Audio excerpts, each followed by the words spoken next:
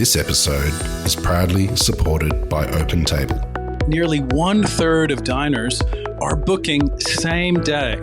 So they're making those decisions on the spot. And 10% are making their bookings within just a few hours. And so it's why it's so important to have booking software like OpenTable, which allows your diners to discover you.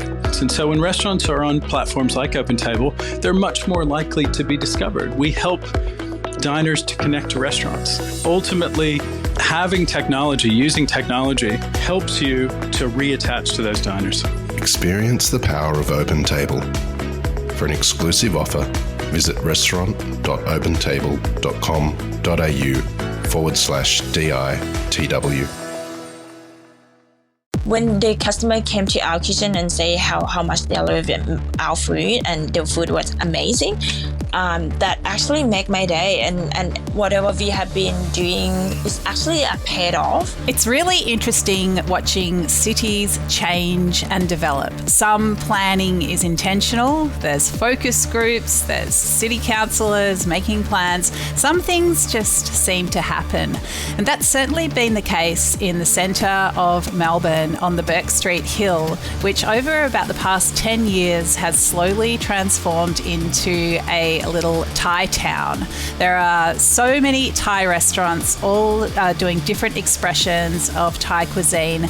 And I think it's been a real education for Melbourne diners who are experiencing new flavours, new techniques, and the kind of restaurants that express Thai cuisine in a way that you wouldn't even see in Thailand. These are particularly Melbourne restaurants. We're speaking today to the head chef of the originator of this phenomenon. Nutchanun Thongsawat is at Thai Tide in Bourke Street. Nutcha, welcome to Dirty Linen. Hi, thank you for having me. I'm thrilled to be talking to you, and I think Thai Tide is one of Melbourne's most interesting restaurants, always doing something different. Tell us about Thai Tide at the moment. Well, Thai Tide at the moment, we are offering the region cuisine, Thai cuisine, because everyone is. We used to offer Thai street food before, and now we're trying to be more unique by offering a specialized in regional Thai cuisine. So yeah, after many years of specializing in Thai street food, we thought it's a right time for us to showcase the diversity of regional Thai cuisine to Melbourne. So offer something more exciting, something less familiar, but rest assured that still highlight the bold and balanced flavor of Thai cuisine.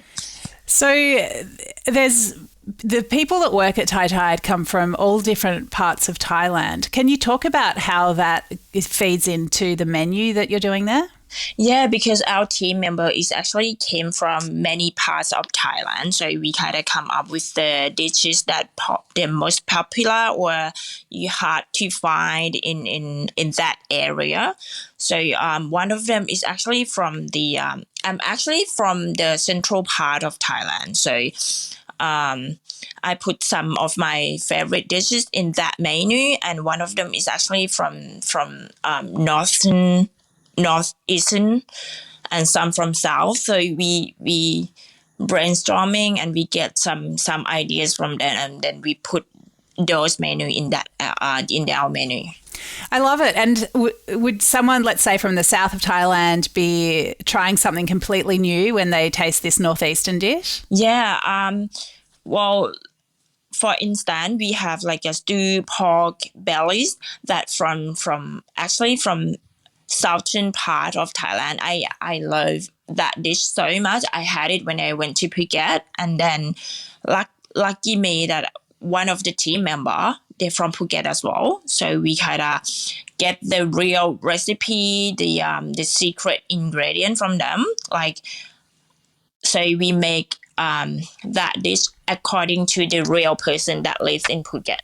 It's so cool. So, I mean, The way I see it, it's like this is a very Australian restaurant in a way. Yeah. So ideally, we want to. It's actually a risky move for us because many people will still favor their familiar Thai comfort food.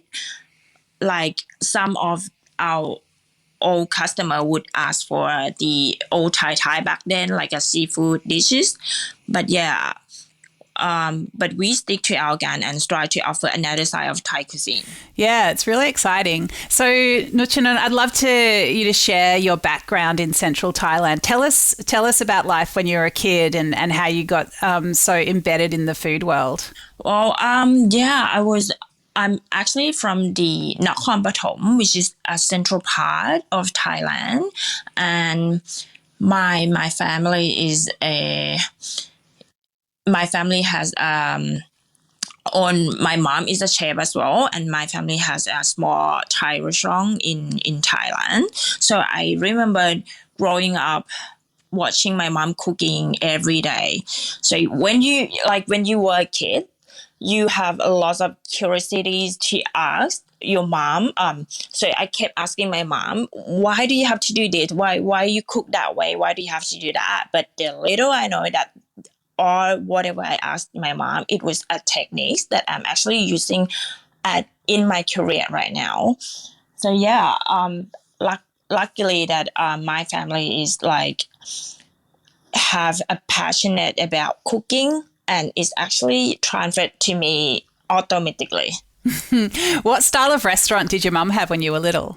My mom has I would say a supper late night dinner. So we offer like a rice porridge with a condiments dishes, or some stir fry, some salad that goes well with the rice porridge. Yum. So in this late night style of food, like who would come and be eating that? So in that late night, usually people who like to go out to clubbing, or people, because some people actually work late night as well. So we offer them those people who have to stay late at night, and usually after you clubbing, you feel hungry, and then they came to us like, yeah. Yum. And do you do any of those dishes at Thai Tide now?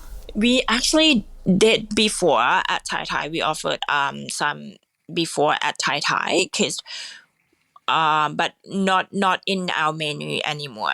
Right now, not in our menu, but we might introduce some in the future. Yeah. And is your mum does she still have her restaurant? Yeah, she actually retired like 5 years ago, but well, she said to me that she doesn't want to be home and doing nothing, just ordering online from the TV. So she said to me that, okay, what about I do whatever I love, which is she wanted to do a small restaurant again because she loves to cook so much. And she asked me if she could have probably 5 tables at our home, because we have spacious spaces in Thailand in my home, and she plants everything herself. Like she has like coconut trees for instance, and she has a lot of she plants a lot of mangoes. She plants her own vegetables, and she used those ingredients to cook for customer. Yeah, that sounds so good. I need to get her address for next time I go to Thailand. That sounds like a restaurant I definitely want to eat at. Yeah. Did she transmit, I mean, I know you're working in food, Nutchanun, but did she transmit that love of food and cooking to you? Yeah. She taught me a lot. She taught me how to cook properly, because she said, even though you don't have any skills, but if you cook with your heart, the taste gonna be bold. People can taste it. People can taste your effort. People can taste whatever you cook if you cook by your heart. So I would say I didn't have much skills back then, and then when you have a passion of cooking, you keep doing better and better. And how did you come to be cooking here in Australia? I first came to visit my relative who live here in Melbourne, and then I find Melbourne is really a wonderful city. And yeah, a few years later, I came back on a student visa, and I studied cookery and hospitality. And while I was studying, I have a chance to work part time as well. So I work part time in several Thai restaurants, and yeah, and one of them was Thai. And you never left. Never. Yeah, it's been 13 years now. I never left. Wow, I love it. Well, we've had the owner of Thai Tide on the podcast ages ago, America Charongvat, and I think she's such a dynamic restaurateur, never afraid to make changes. And I think she's really been one of the people that's got Australia's Thai food scene, or Melbourne's Thai food scene, just really into a different place with, doesn't have to be green chicken curry and pad thai and all those, I guess, as you say, comfort food dishes. She actually brought up that idea, and I was actually thrilled to I would agree and disagree at the same time, if you know what I mean. And I was like, well, if you don't want to offer those dishes, then what people are going to have? And I was like, but at the same time, we have more of the those dishes in Thailand. Well, just thinking about what your mom cooked at home for you. It's definitely not pad thai at home. You're not gonna cook pad thai at home. I guarantee you. In Thailand, people just go out to buy pad thai, but we don't cook that at home. Yeah, that's so interesting. So it's more of a reflection, or partly it's a reflection of home cooking, what you're doing. Yeah. It's more like home cooking. What you would ask your mom to cook. What is your favorite dish when your mom cook for you? There's some really interesting ingredients that you're using in the menu at Thai Tide at the moment, Nutcha, and one that is very striking is ant larvae. Can you tell me about that ingredient and the dish that they're used in? Yeah, the ant larvae is actually from the northeastern part of Thailand. So it's really hard to, even you are in Thailand, it's really hard to find that the main ingredient.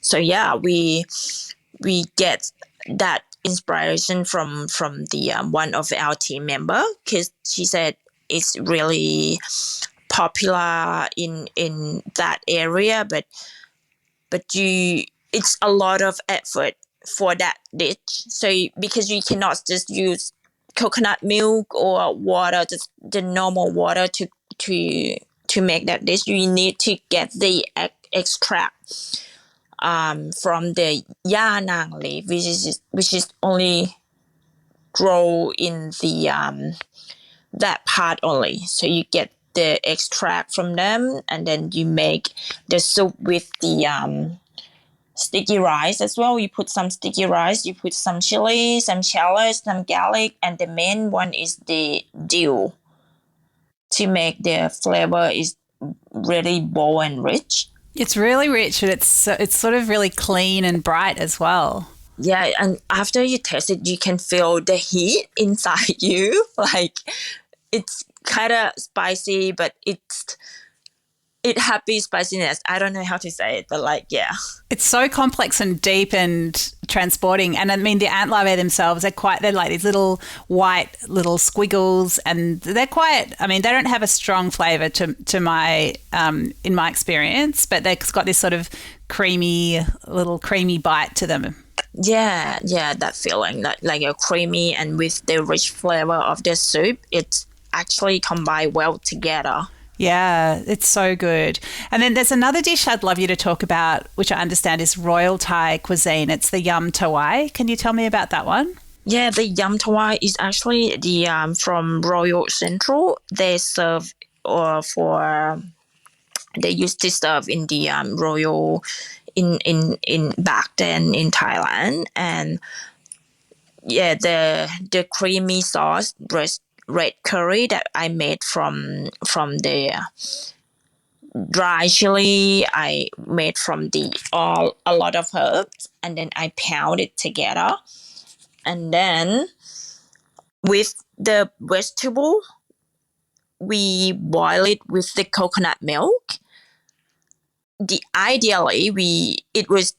It called salad bowl. So ideally, we actually recommend you guys to pour those red creamy on top of the vegetable and then mix it together, and then you can taste all the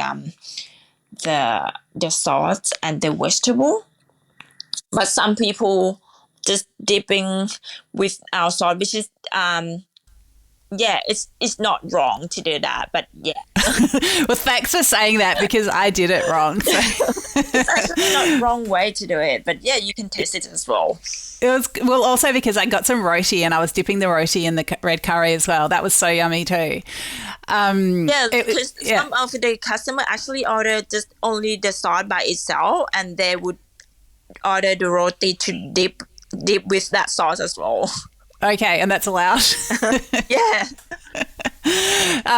Nutchanun, there's another really striking aspect of Thai Tide as it is at the moment, and that's that you're only serving Australian natural wine with this menu, and beer and stuff. But like the wine, it's all Australian and it's all natural. I think that's so interesting. How do you feel about that?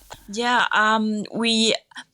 We try to offer natural wines that go well with the food that we are making. We are offering at the moment. So we have a special person in wine.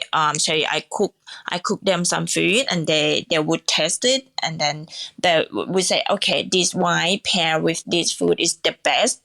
So yeah, that's why we come up with the natural wines. That's so cool. And I didn't get to try this, but I understand you've collaborated with a local brewery and there was a mango sticky rice beer. Yeah, it was a mango, and now it's a mango sticky rice beer. Which is the first time I heard is I was like, what is that beer?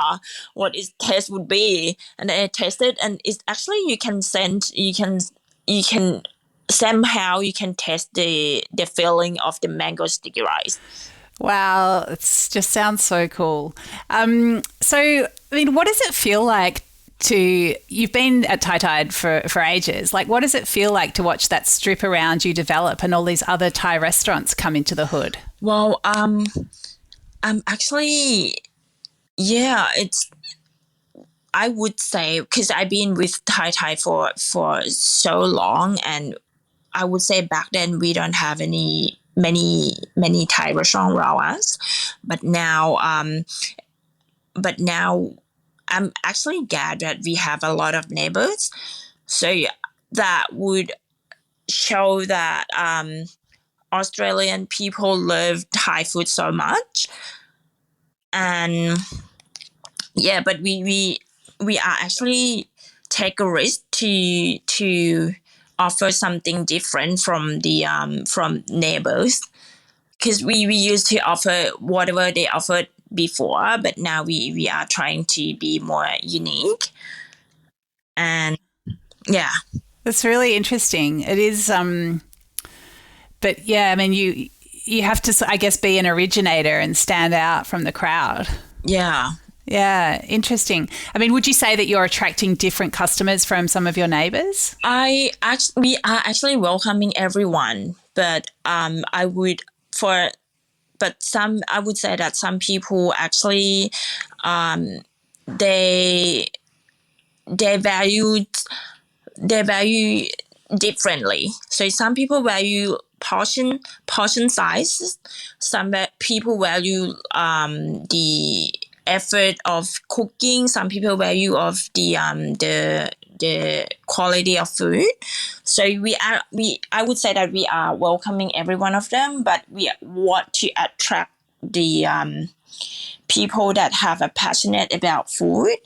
That's very diplomatically said, which I have to say, because I mean the produce that you're using at Thai Tide is really, really good. It's top quality, and I mean that has to be reflected in some of the pricing. So I completely understand where you're coming from, but of course, you know, not everybody is up for that. So I guess it's a bit of a sifting process. But I really hope that you find the customers that appreciate what you're doing. Yeah, I mean, tell us about some of the extra effort that you go to, perhaps with some of these preparations that you're doing. The preparation is the hardest work for us because it's really a hard work because that small dish, but who knows behind the scene that we are working so much to make that dish is complete that dish completeness. So we do a lot of preparation behind the scene with the pounding everything by hand. We make our own curry paste. We not use the instant curry paste from the market. We use everything our own. So it's a lot of work behind the scene, I would say. And what are the satisfactions for you? Like, what makes it all worthwhile? Well, I think it's all worthwhile because you get more flavor. If you do it yourself, you get more flavor and rich and bold flavor.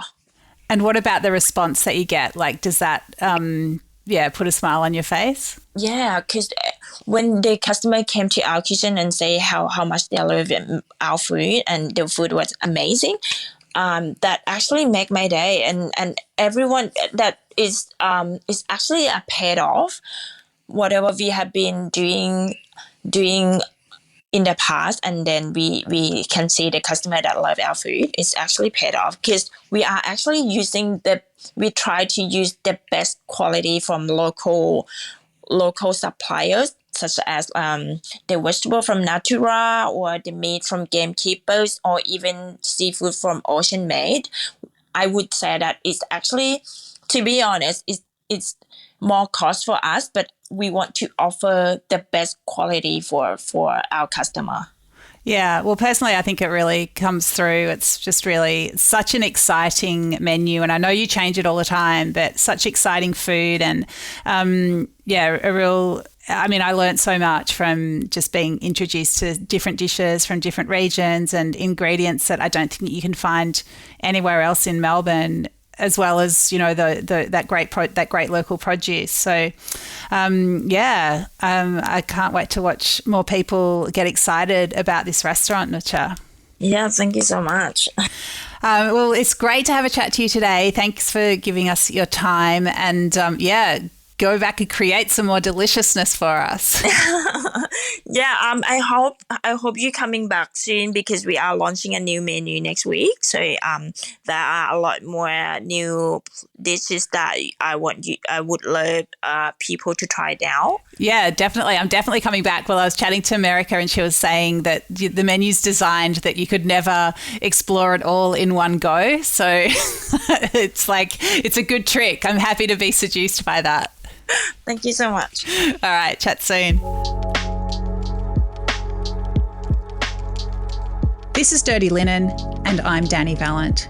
We air the issues that the hospitality industry finds hard to talk about, hearing from different people with unique perspectives.